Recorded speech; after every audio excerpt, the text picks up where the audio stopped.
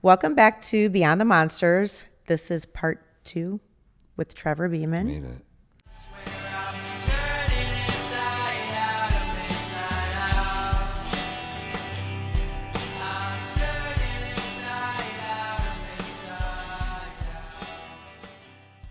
Trigger warning: sexual assault, abuse, suicidal ideation, drug use, violence, and other explicit content.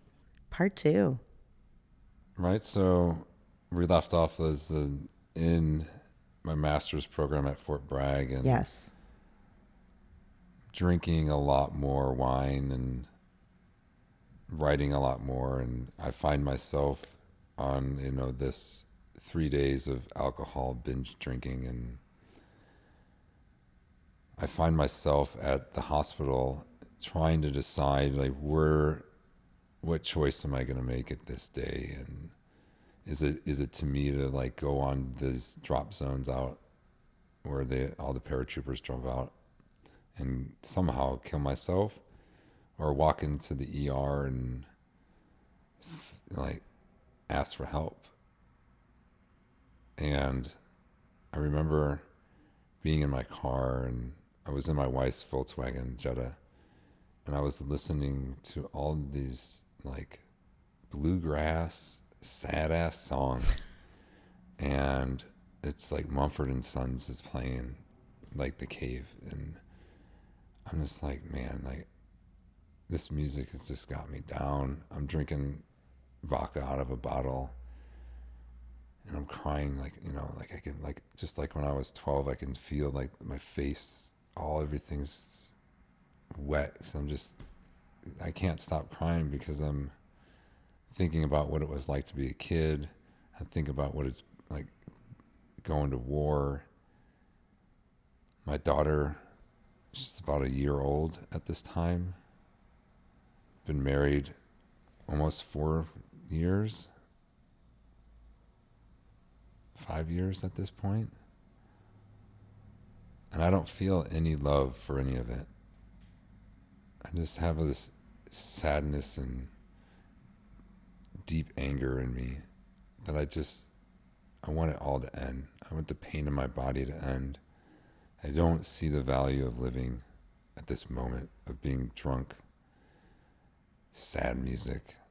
And I just realized, like, I'm gonna try and give it a chance, give life like one more chance and see how it goes. And so I walk into the hospital, and as I've been crying, like, my eyes are like bloodshot, everything's swollen.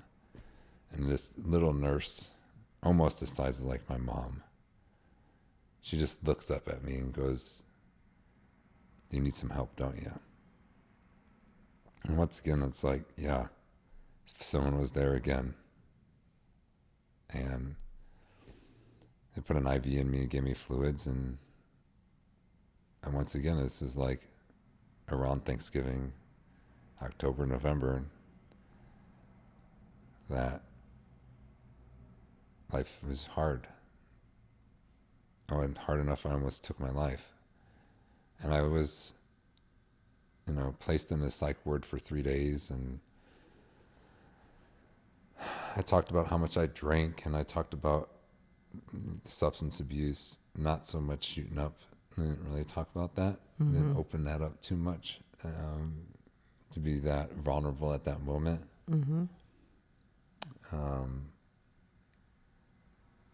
And talking to psychologists and everything about my life, kind of like we've done today. And this young lieutenant, right out of college, goes, "I think you can fix all your problems by just quitting drinking." Oh. Oh. I was like, "I don't think it's alcohol." But yeah, it just been like, get sober and everything will get better. Well, Marshall shows up, who's my commander, and I tell him, "Marshall, this is what's going on." Now, you guys are very close, Yeah, and right? Ish. Kind of. We kind of are like work friends, but not close. Okay. Like I'm not hanging out with them on the weekend. We don't play golf or Okay. have drinks together. It's not that kind of way. But he had been through some really hard stuff as a detachment commander, and he was a black kid from Georgia, I believe, that went to West Point, and he didn't fit in there. And that's kind of like how I think he fit in, made it into SF. Is that Okay. he's kind of the outsider. Wonderful person, and I tell him like, this is what's going on, and this is what I've been through, Marshall, and he goes, listen, Trevor's gonna come home with me, and we need to get him help with all this shit as a kid in the war. And I want to hear you talk to him again about alcohol. Yeah, and then I left the hospital that day. And I started doing all of the weekly meetings, and I was just kind of like did all of the protocols to like not be deemed as non-deployable. So because I had a suicidal ideation event, Right. the Army, and it absolutely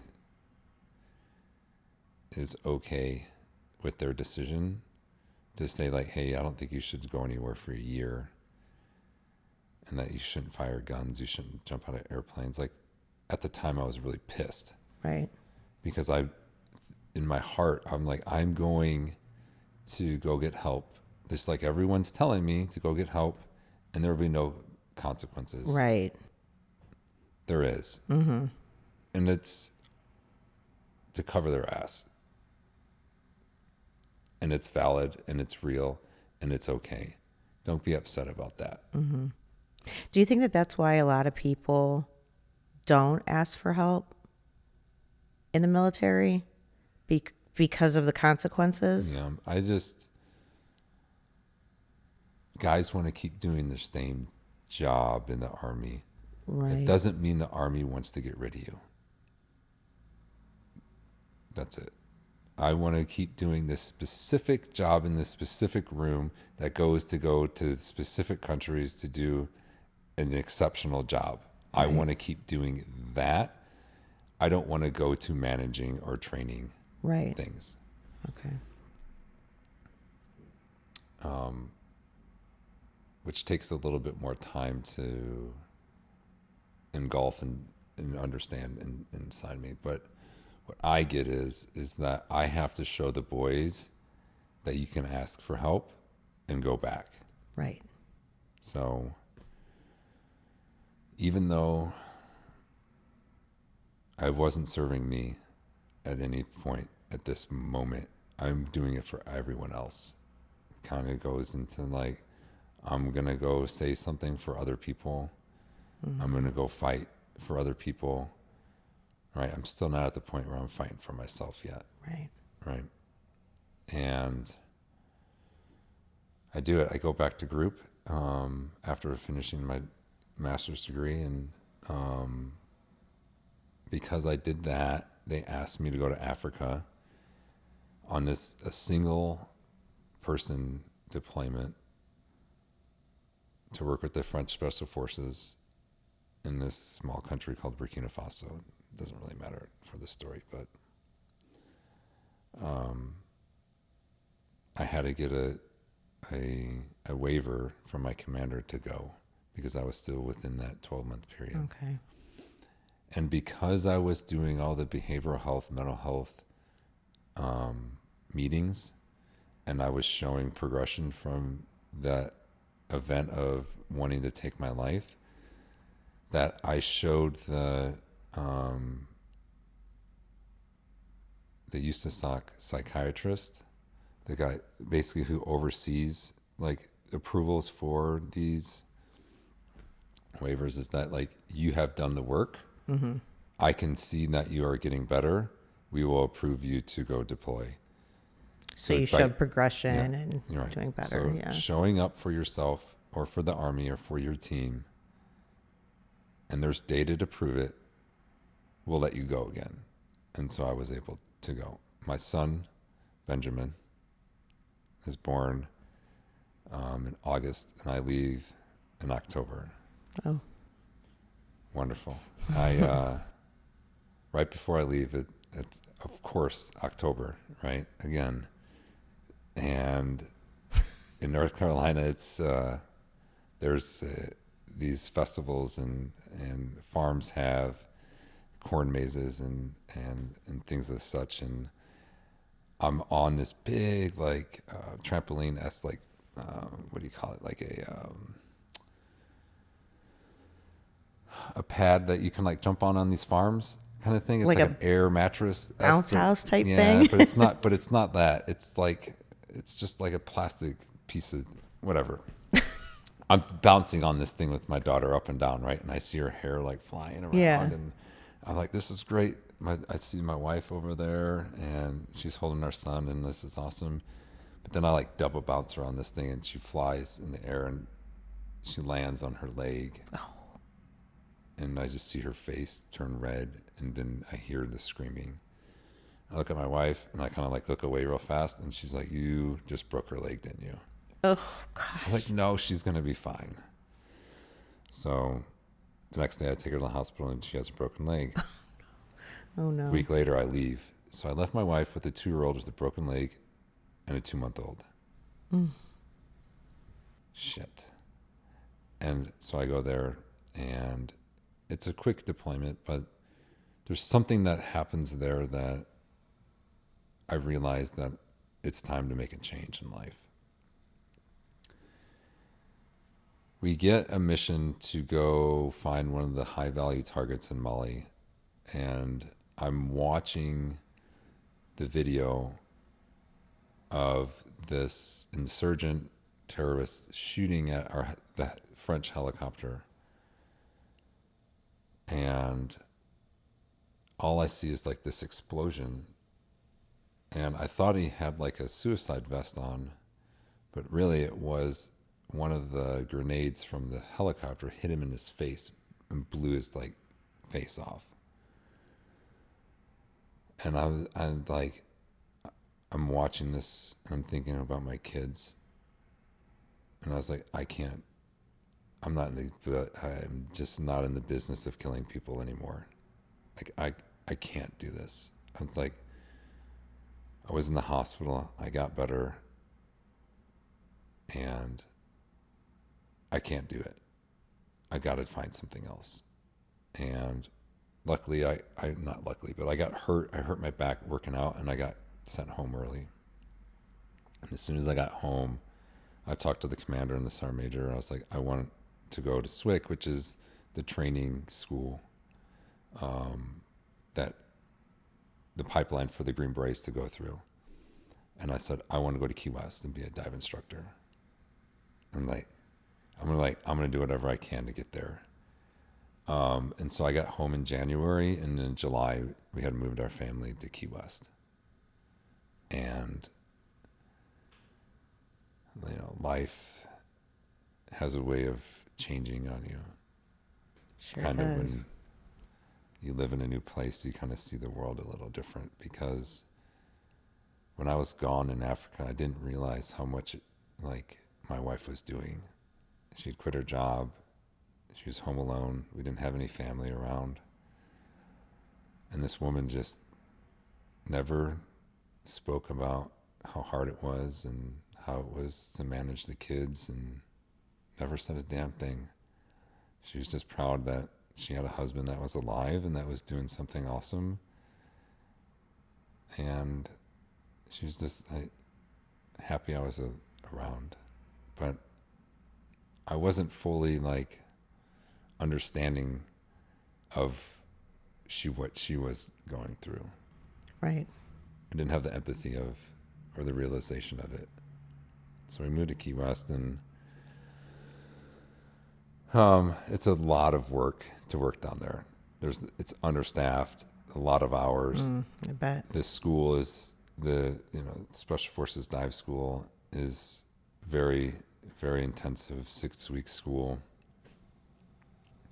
in a party town where guys get to go drink on the weekends and have fun. And, I kind of got into that on the weekends and drinking a lot more than I was. And then going out fishing and stuff on the weekends. And I kind of,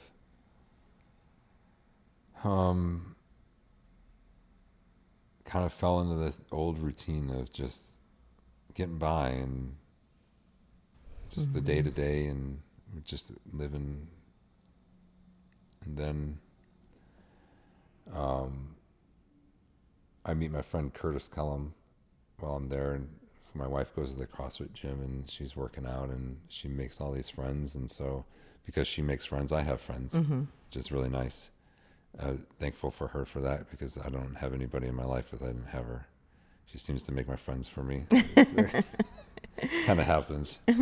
I start to see that each of us need to have a hour of a day to like fill our cups up, so that we can continue just living a good life. And so she does CrossFit and I start spearfishing while I'm down there, and I love it. And I probably spend at least an hour a day in the ocean, swimming and finning and catching fish. And it's nice because it's like I'm providing food for my family and exercise. And there's a thing that's happening that I don't realize at the moment that I'm there that's really critical. But at the same time, I'm still like drinking a lot, and I'm using it to manage all the stress of my life and what I've been through in the past. And it's not the best coping mechanism, but it's a mechanism to use when you don't have anything else. Right. But I start to realize when I'm spearfishing, like when I'm holding my breath and diving under to the reef and looking and hunting for fish, I can't think about anything else. I'm totally present in that moment right there.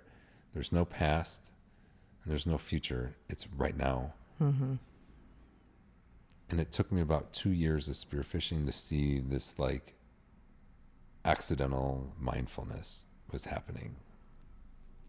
My wife was getting this doing CrossFit, and I was getting it by holding my breath under the ocean. But, for some reason, life has a way of reintroducing itself to you. Because for me, the biggest impact of who I am is feedback from my wife. And what I heard her say is that you're not needed in this family. And is she always brutally honest with you? yeah, but it wasn't that. She's more of like, I think I can expect more out of you in this family, and not in a, like, let's start building this team together.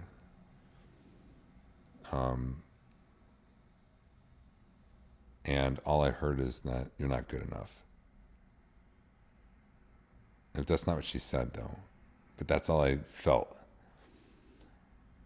And she went upstairs to put the kids to bed, and I wrote a note and said, tell the kids I love them, and I left. I took my skateboard and I went downtown, and I was going to drink myself to death and go into the ocean and never come home. And so this is like in the spring, this time though, of 2019. What were you thinking when you left? Like, now you know what she said and that she didn't mean it that way, but do you remember why was that in your head? I just felt like I would never be a good enough father, because before we had gotten married and stuff, I was like, I don't think I want kids. I don't think that, like, I'm afraid of it. Right. In so many ways. Like, I don't know if I trust myself. I don't know, like, I don't know if someone did something to my kid, like if I fucking kill him. Right, like, right. I don't want that, to ever think about that. And she's just like continued on, like, you are going to be the best father ever. But I was like, no one showed me how to be a dad. Sure. Ever. So what the fuck? I don't Well, even it's know not where like to you had even a role start. model, Right. or That's just, right. I'm like, I wasn't shown that, and I don't know what to do with kids. And like, I don't know if I would, like, I don't know.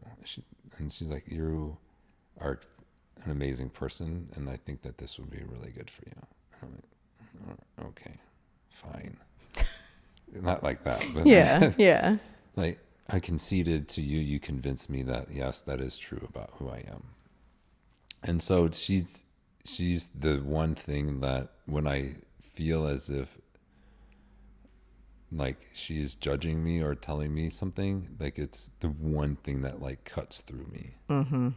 Out of everything that I have gone through my life, that's the thing, the one that I just can't bear. And she knows that, and she tends not to say things in the past, not so much now, but in the past where she was like, I'm not going to tell him this because he might not come home. Right.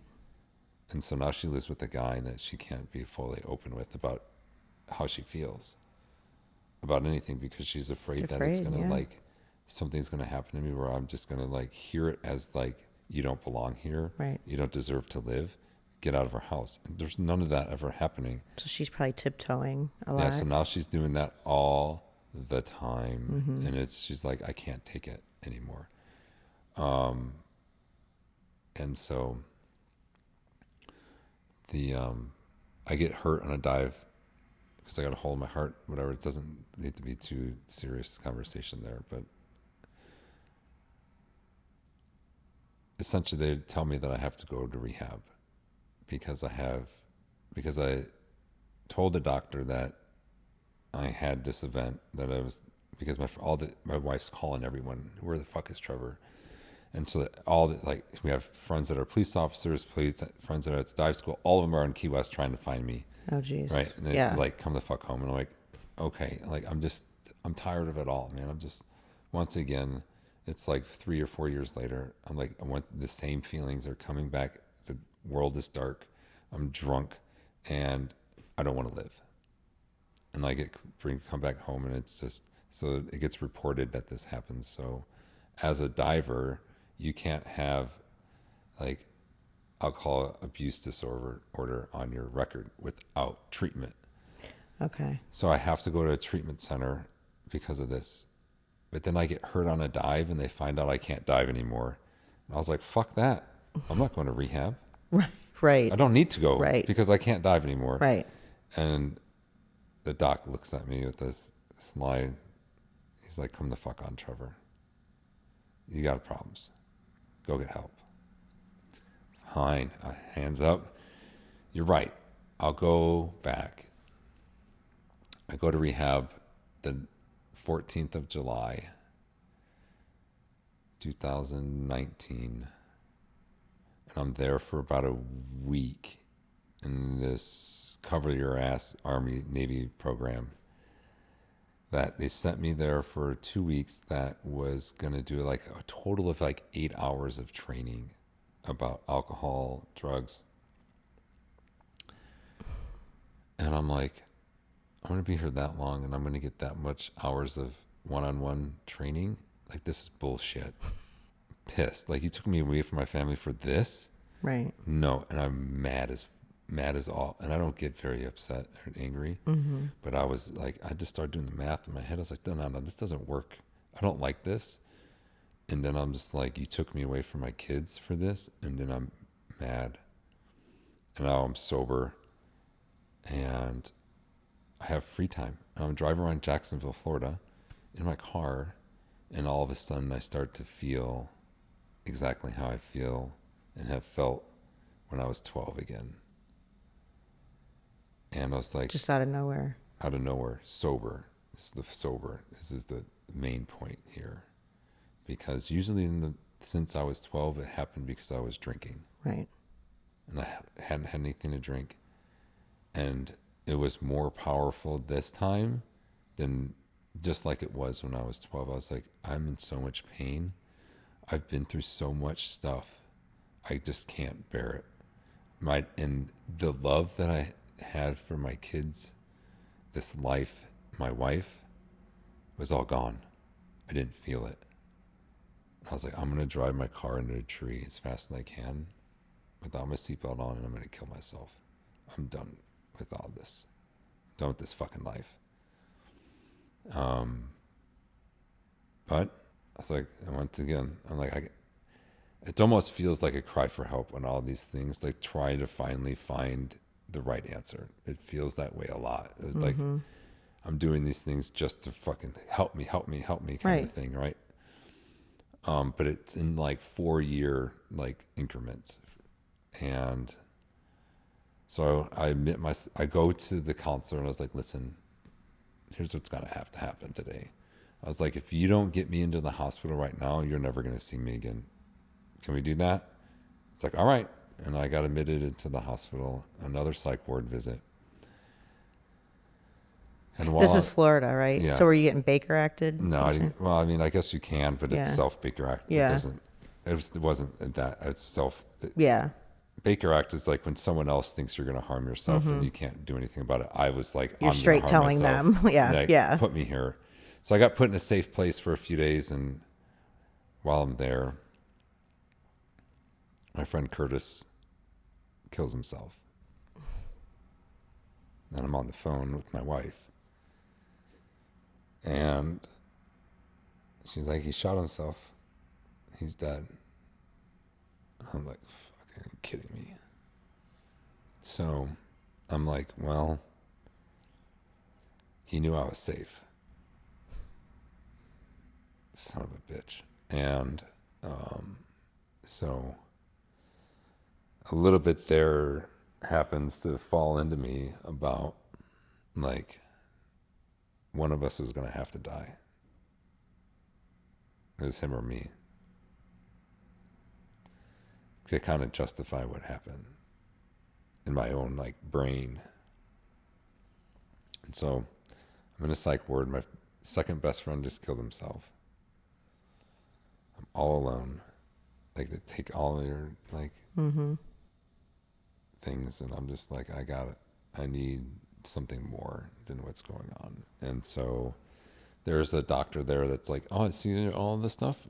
What's wrong with you? They're like, we have a treatment center on the other side of Florida in Panama City Beach that does all of this stuff in one place.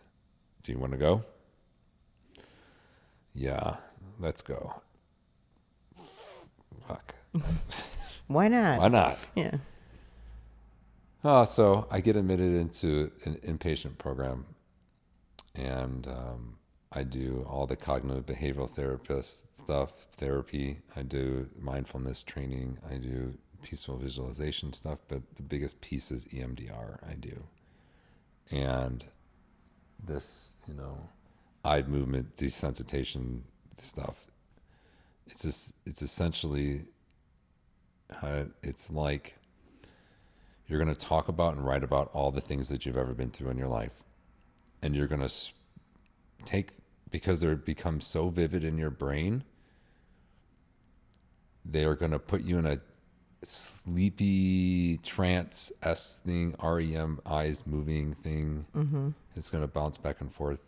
And you're going to, for me, they're going to we're going to put these images on a drive-in movie theater. You're going to watch it happen. Oh, I'm gonna. You're like, do oh what? shit, what? Yeah. Right, and so now I'm 39 years old, and there's a lady in front of me asking me, "Tell me exactly what happened to you on that bed." And I did it 3 times a week for 8 weeks. One day I was able to get over. And it's the same thing I told you. We would change it from color to black and white, to zooming in, to zooming out, different angles. But the best part about all of the EMDR is the very last session I had. And she conjured up through talking and setting the stage for like me returning home, and I see like this beautiful white farmhouse with the huge grass. You know, it's like flowing green grass, and there's like a white fence that goes down the side, and there's 4 white rocking chairs there, and 3 of them, all right, my wife and my 2 kids are sitting, and there's an empty chair there, and I'm looking out into the field through their perspective, right? And I'm like watching this on the screen in my brain, and while I'm like doing EMDR, and there's like a taxi coming down the gravel road, and you can like see the dust like coming up in the background, and it's not like overly fast, but not like super slow, and like I see myself come out of the taxi, and I'm like walking up to the house, and I look at them, and like I'm, you know, they're up higher, I'm lower because of the stairs, you know, to get into the house, and I look at them and said, I'm finally home. And what EMDR did with the trauma from the monster of that man is made that memories of that time not so painful and sharp. It dulled it enough to live with. So it didn't take over. Right. Yeah. It made it so it just made it like going to prom in high school with your girlfriend. Like you remember going, but it's not that big a deal. Right. It doesn't hurt. Like, right. Okay, like it's there. I can picture it going there and dressing up in your tux and having the little flower that's canted wrong and like all this shit, yeah. Right? And it feels like that now or then, right? It gets better though. Like, and so there's so much time to heal from one event. Right. And so if you have 50 events, right, that's 100 weeks. That's over, that just shy of 2 years. And that's if you did it every day. Right. Nobody has the time or money to do that. Like I'm also on all kinds of psych medications at the same time, like losing my mind. Like right. These sessions, like I have such migraines because I'm like using so much of my brain and energy of my body that I have to get like Finnegan shots. It's I have to sleep. I end up sleeping for like 18 hours. And I realized like, because I wasn't sleeping as a kid, I wasn't getting the rest for my brain to heal from these injuries. And so I was like, fine. So what happened was I was watching this event happen to me, and then I would sleep, and it would just slowly dissipate. Every time I'd go through it, it was really vivid at the beginning. I could almost feel like his body on me, like when like semen on my face, I could feel it like coming like on me again, like going through these sessions. Like it's so powerful. Like if you're gonna go through EMDR, like do it at a safe facility. Don't do it outpatient unless it's something that you can like you don't feel a lot of pain from. Yeah. Because it's gonna put you in a suicidal state. Sure. For sure. Because you're like reliving everything every day.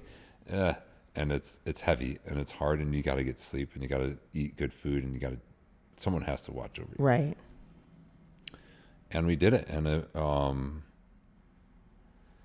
I did all of that yoga, all of this AA. I got into Alcoholics Anonymous there, Narcotics Anonymous, and I started to build those daily kind of like routines of getting help and those types of environments, which I brought home with me, was to go to these meetings. And so at this point, when I leave the hospital, I get promoted to Master Sergeant while I'm in rehab. What? Right? So they're like, Right. Wait, you're telling me you have all these problems in your life, but we're going to give you one of the best ranks Right. as a Green Beret is the Master Sergeant. I just saw that on SEAL Team last night. Master Sergeant. They were talking about it. And so that happened. So it's a big win. And then I get a phone call from the Care Coalition, like, do you want to get out of the Army? Like, you have enough stuff that, like, we can medically retire you and you're done. I have a long conversation with my wife about this, and she goes, you know what, Trevor? She's like, I think it means more to you to just retire normally. Not than, like medically or yeah, just like right. do your 20 years, not 16 and a half. Do your 20 years. She's like, I think would be better for you. I said, all right. This is like, I'm going to have to tell him I'm never going back to another ODA, and I'm never going to kill anybody again. And if they're cool with that, then I figure the Army would be able to find a place for me Right. somewhere. I was like, I'll go anywhere. I just got to put in 4 more years and I'll retire. I'll do any job. And wherever that is, I'll go. That's what I will give to you. If I'm going to say I'm not going to do something, then I'm at the needs of the Army, and I'm Right. fine with that. And so is my family. And so we left Key West, and I went back to Fort Bragg, and I worked at SOCOM at Bragg for 2 years. So I was the whole retrograde of Afghanistan, saw all that happen. Not a big deal. But at that same time, I meet my friend Jeff Dardia, who's a part of Task Force Dagger, and he's really big into wellness and recovery, and he does a lot of awesome things in this space. And he mentions my name to this Dr. Lipoff guy out of Chicago, who does the dual sympathetic ganglion block in your neck for flight or flight, sympathetic nervous system overload, right? And he also does ketamine. Okay. And so I go to Chicago. So I go back. So I hadn't been back to Chicago since I was 18.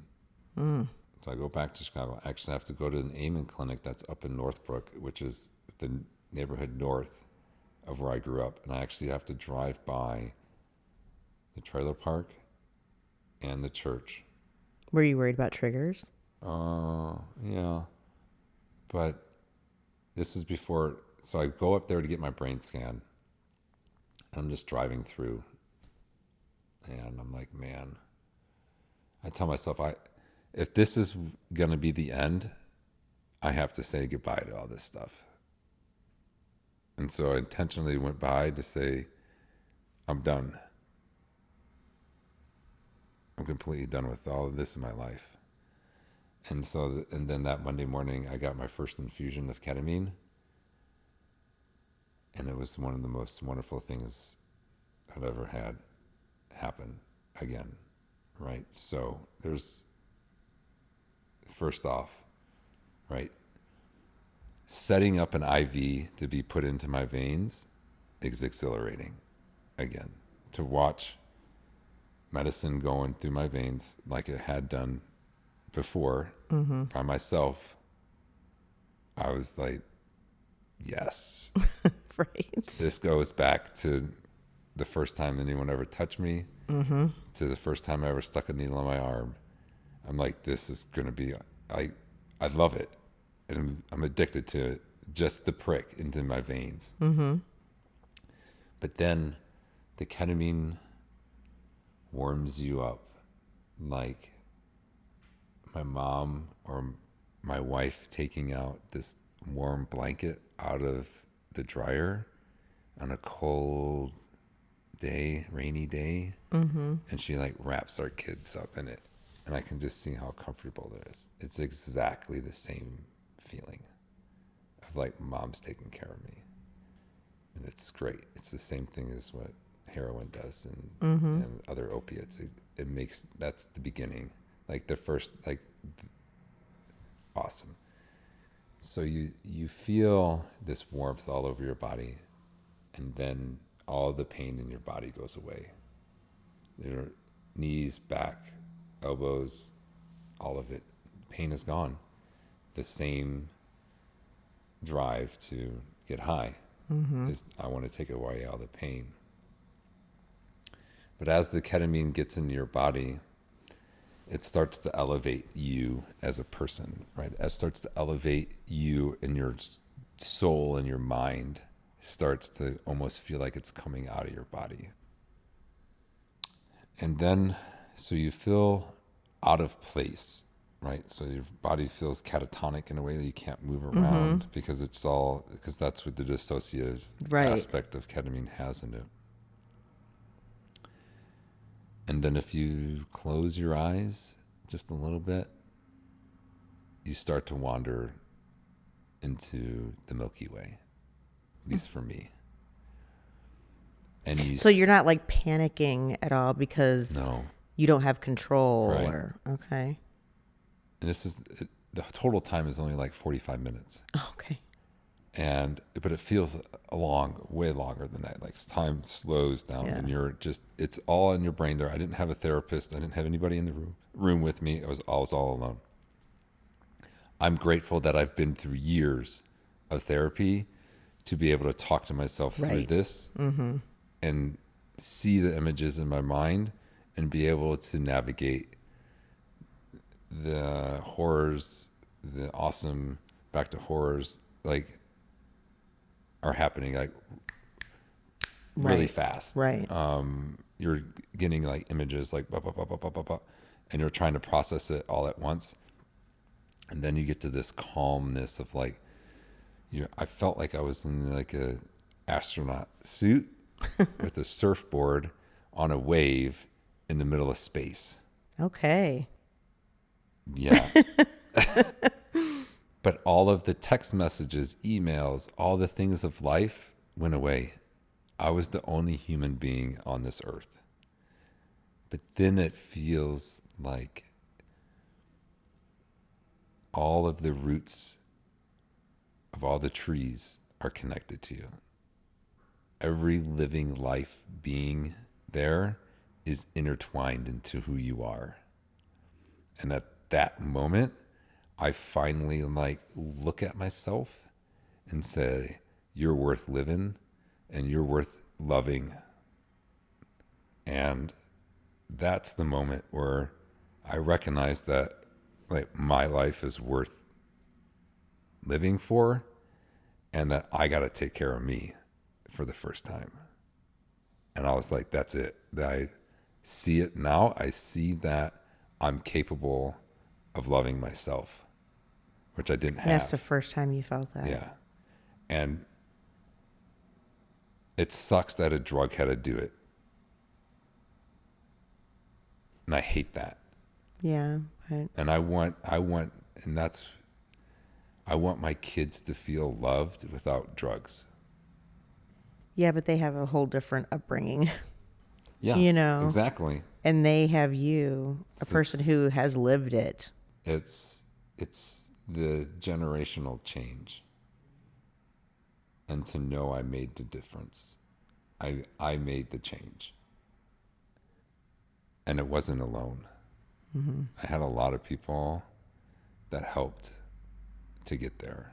But you had to be the one to make the choice to go to these things, to try these things. Yep. If you wouldn't have. And so I walked out of it. I sobered up and was able to move again. And I walked out of it and I was like, that is the most amazing thing that I've ever experienced. And have you the had healthiest, most like, aha, this is what life's about. Like, and the next morning I woke up, the first time since I was 12 and I was like 41 at the time, where the first time I didn't think about was murdering this man who touched me. And I was like, I looked at myself in the mirror again and I said, I forgive you. And not him. I forgive you, Trevor, for how much time you gave to this person. yeah. And you don't have to do that anymore. And I felt finally, like I was finally destroyed the walls in my brain that I had built for myself to keep me in a prison and keep a monster in my brain that didn't need to live there anymore. I didn't need to feed it. I said, you're gone.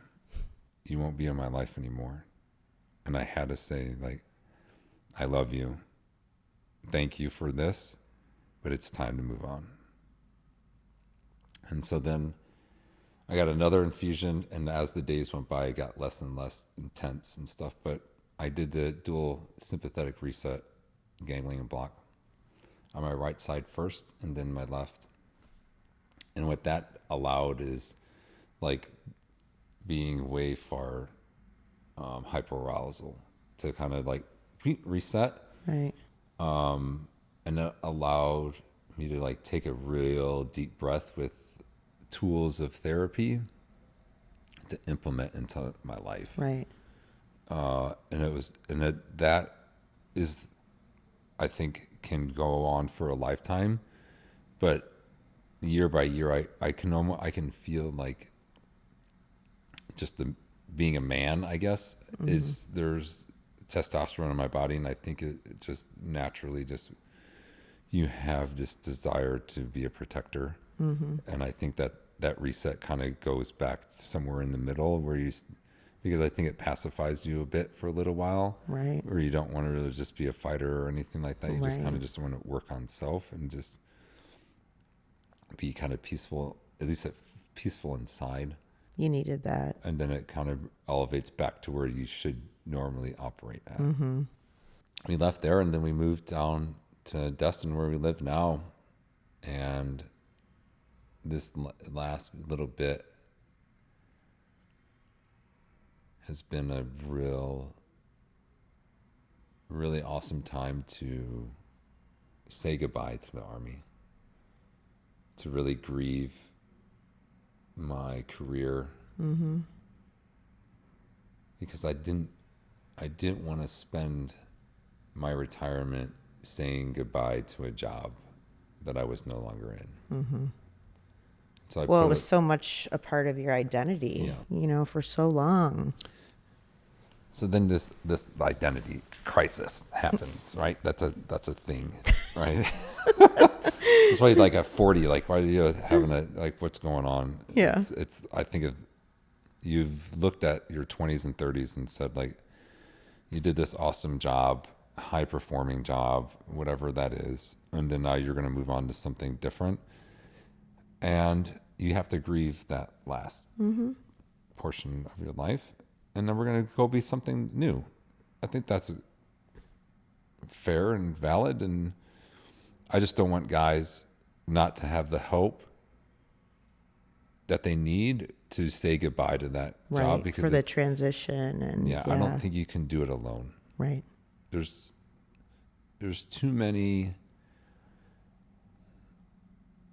high intense moments through that 20 years just to be like, bye. Yeah, like, is it hard to not have all those rushes and like, and being intense, like you said, to go to normal life and your family? They're like, do you still want to chase that in a way? Right. It's like chasing everything, though.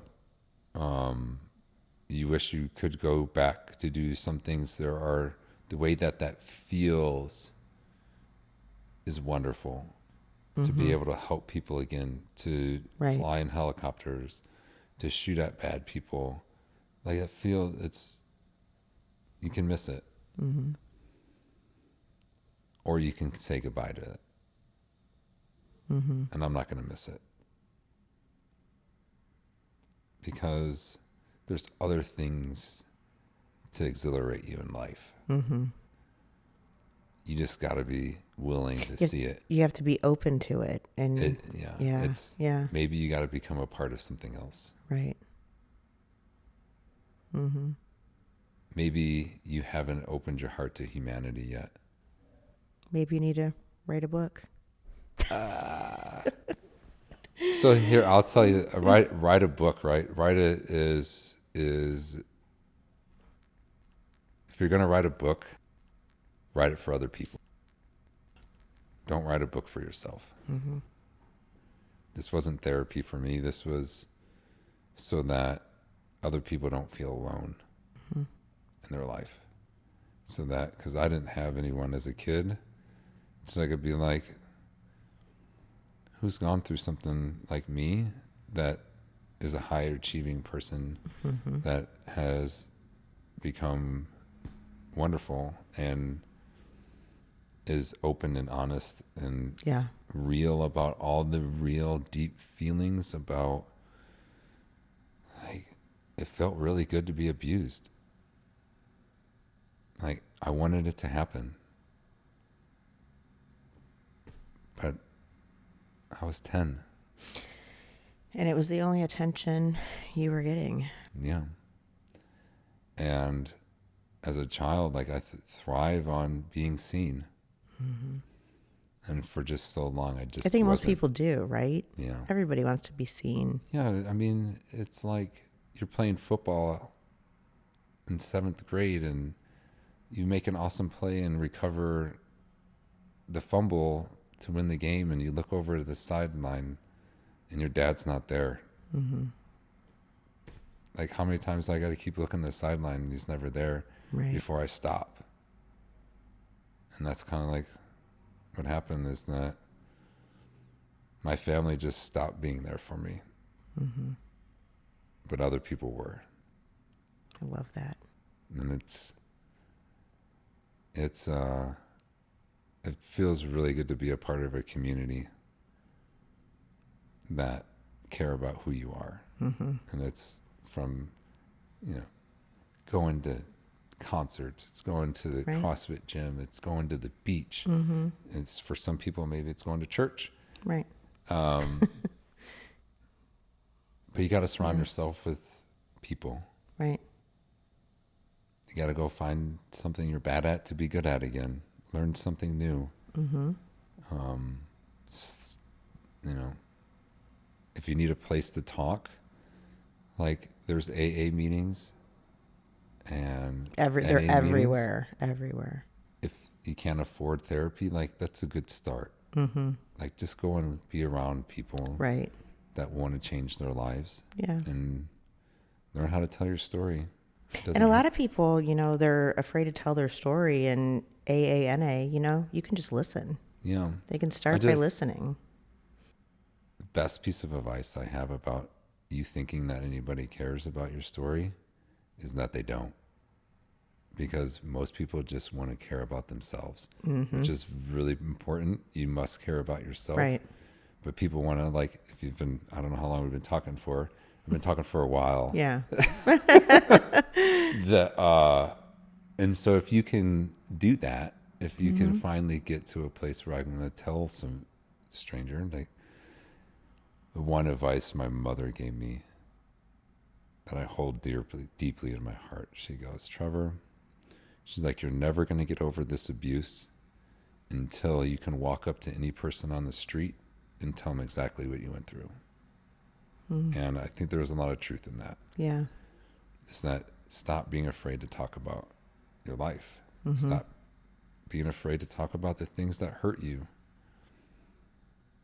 Like, if you hurt someone else's feelings, that's not your fault. Mm-hmm. You don't have to take ownership of that. They do. Right. Find places and people that support you. Mm-hmm. Have a genuine friend that will listen to everything that you do. No judgment. Yep. Like, that's just having a social worker to talk to, really. Right. Right. Those are easy ways to get help that is little to no cost. I don't know. Even with people telling their stories in podcasts these days, there's so many, people telling their stories, and you're going to relate somehow to someone's story.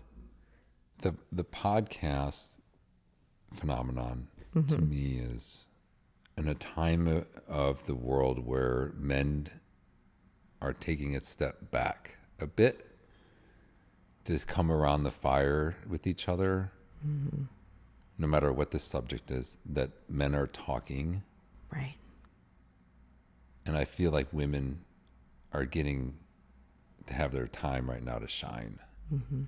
And it looks good and it feels good in both aspects. It's like women can do dude stuff, right? And maybe Yeah. we as guys need to sit around and gossip a little. Right. Right.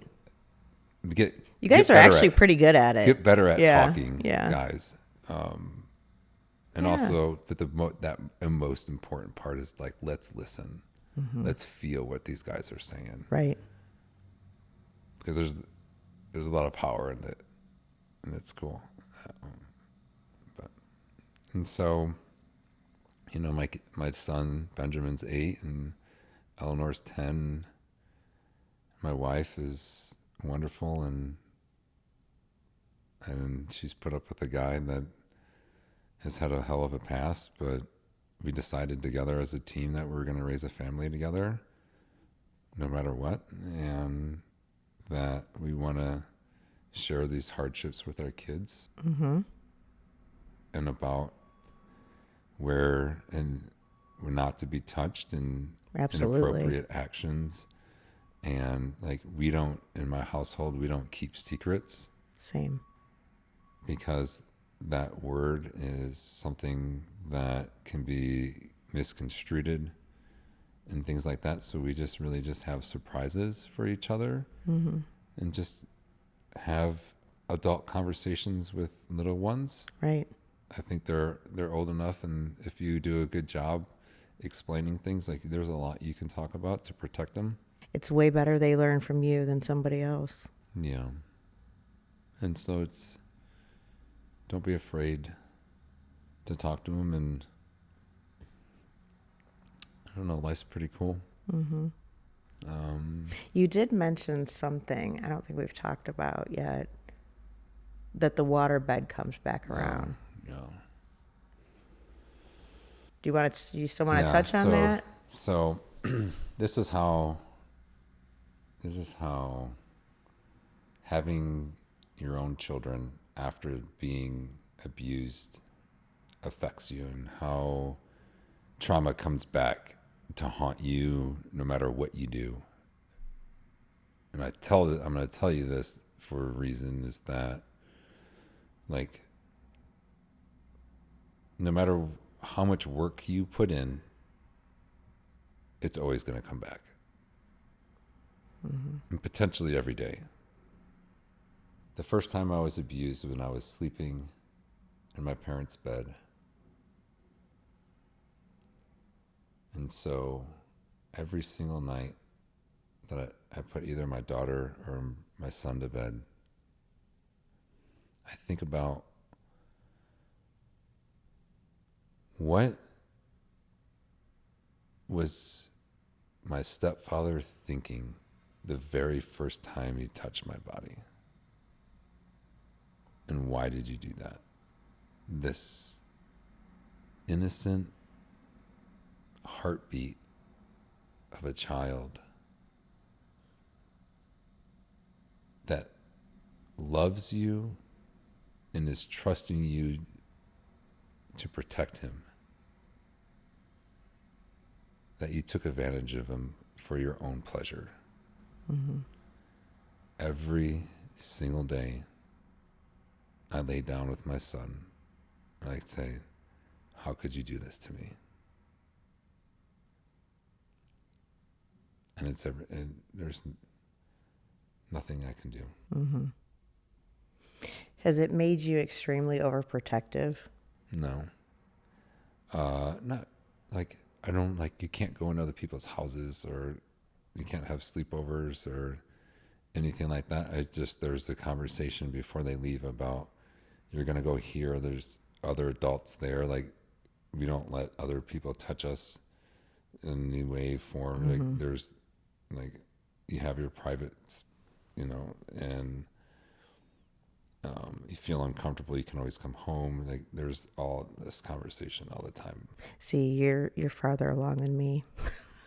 Even my grandchild, you are not spending the night anywhere. Yeah, Like, people can come to our house. Like Yeah, my poor girls, what they're 30 and 23 yeah. now, never. There's I will say it's much easier for me to have girls sleep over at our house than boys. Like I don't like I had for a really long time it's not like I couldn't give my kids baths, but I was uncomfortable. Yeah. And it's just me. Like inside me, I'm like, this. And the same thing with like, if there's kids that spend like, I was like, Sean, like I'm never going upstairs when the kids are here. Like I can't. Like Yeah. it's just, I don't know. And I've never had anyone ever been like, this has happened to you. I think you're going to do this to my child, or yeah. like all of those kind of just like Right. self thoughts. All of this that we've talked about, I've never had a person in my life been like, you're gay, that Right. you deserve it, that this, you're lesser of a man. None of these things have ever happened to me ever.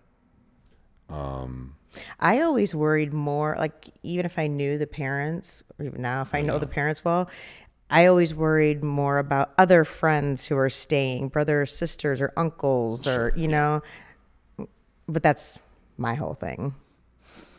Yeah, and then we don't have anything like that. Yeah. Thankfully. But as I've got to this point, like I published this book in July of last year, and it's kind of a at your own pace kind of thing. I can promote it if I feel like it. I can push the gas on it whenever I feel like it. It's not a necessity for my life to live. Right. It's almost like a nonprofit the book that I wish I could just give to everybody. And so, I mean, I feel like I ended up reading Viktor Frankl's book about man's search for meaning. And I really wanted to write this book like his, as like, I'm gonna be like a guide, like a cool friend that has like his arm around you to like show you. Yeah. Like, I'm going to show you some of my life and put some thoughts into you about what it felt like to live this life, so that when you've come across struggles that are similar to me, that you have a sense you're not alone. Right. And there's a friend with you. And that's what I love it. This, Viktor Frankl's books to me is, my interpretation is like, if you continuously live in the past, you'll die. If you look to the future, you'll thrive. That's a tough one. It's hard not to live in the past or not to go back. Right. Because in that book, he's watching all these people in a concentration camp wanting to be back in their lives that they used to have. And that's all they dream about, is what they used to be, rather than dreaming about what they could be. Right. And that's what you got to do. How'd you come up with this name? No one else can see your fire. Where'd that come from? All right. So there's like, it's a metaphor of things, and really it's up to you to kind of decipher what that means. But to me, it's like, if you were to make a fire, there's different things, different elements that you can add to the fire to either smolder it or to make it ablaze. And it's all in you. Like, it's almost like faith, your mind. Like, I can't see who you are as a person. Right. And it's up to you to show the rest of the world it. Like, you got to do it. If there's something in you that you want other people to know, you got to tell them. You got to show it off. Yeah. You got to light it on fire. It's awesome. And it's just, the flames, though, aren't always burning hot. Sometimes it's just a little thing underneath all of the wood that nobody can see. And sometimes that's really hard and dark down there. But hey, you got a friend that can help you out. They can add a little bit of fuel into your fire. And I love that. Like, usually it takes more than one person to light a fire. Sure. And it's the same thing with recovery. Like, Mm-hmm. you got to get help from others. Absolutely. Is this on Amazon too? Yeah. We'll make sure You that can have that. I'll give you these. Thank you. And I give you the hardback for you. Love I it. gotta like sign. Can't I wait. I signed these, but I didn't sign. Oh, I need mine signed. because I wanted to talk to you first before I wrote anything. Oh. All right. I guess we're going to close this out. Part 2 All right, Shel. with Mr. Trevor. Yeah. Why don't you tell everybody where you can get your book and Yeah. where I they can appreciate find having you? me on. Thanks for having me. Loved Nashville. it. It's sweet. What you're doing here is impactful and powerful. All the things you can find me is this trevorbeaman.com. On Instagram, I'm Trevor A. Beaman. It's a lot of just my life living there. Mm-hmm. There's not, it's just whatever random things that I have that I want to Mm-hmm. share with the world. And then my book, No One Else Can See Your Fire, is on Amazon. And it's pretty simple to find. And Okay. it's a hard copy that you have, which is really nicely done. Actually, it's a beautiful cover. And there's also a digital copy and a soft cover. Okay. Yeah. And we'll also put all the same links. Yeah, I mean, it's all the same stuff. Like I have a YouTube channel, but I don't actively Okay. do it because as all this stuff grows up, like it takes time and effort and money, Yes. and it's work. Right. And I really hope that your story, touches a lot of the other, military guys, men or women. I mean, Yeah. That's what you didn't It's ask so me. important. Why did you want to do all this stuff? What actually really happened? with, So why did I want to come out? Yeah. Or Yeah. more than I was, more aggressively than Yeah. what I was in the past? Well, when I was in rehab, after telling stories like we've told today, right. there was 2 gentlemen there. One was 65 who had been spent time in the Navy, and another gentleman was about to retire from the Air Force. And one day, their therapist brought them in individually. They're like, Trevor, these guys want to talk to you. I'm like, okay, well, sure. And the guy in the Army was like, I was raped as a kid, and I've never told anybody in my life. And because of you and your story, I don't live in that prison anymore. I'm like, Even if it Yeah. was just that one person, yeah. you know what I mean? Like, And then the guy in the Navy, who's 65, black man, he's like, on my very first ship, my very first night, I was raped by a man. And I've held that for 45 years. Thank you. I'm like, okay, all right. so powerful. I'm like, I think that's enough for me to tell me that Your story matters. value Yes. Yes. the way you see the world, the way you see yourself, the way you see other humans, that you can change the world. Mm-hmm. That's kind of cool. Super cool. It's the whole point in this podcast too. Just exactly what you just said. Like, I'm not letting Got you make lots me. of I'm not letting nuggets. you make me cry anymore We today. can spend all day together and talk. I know. I know. All right. All right. I guess we'll wrap this up and we'll just maybe we'll have a part 3 eventually.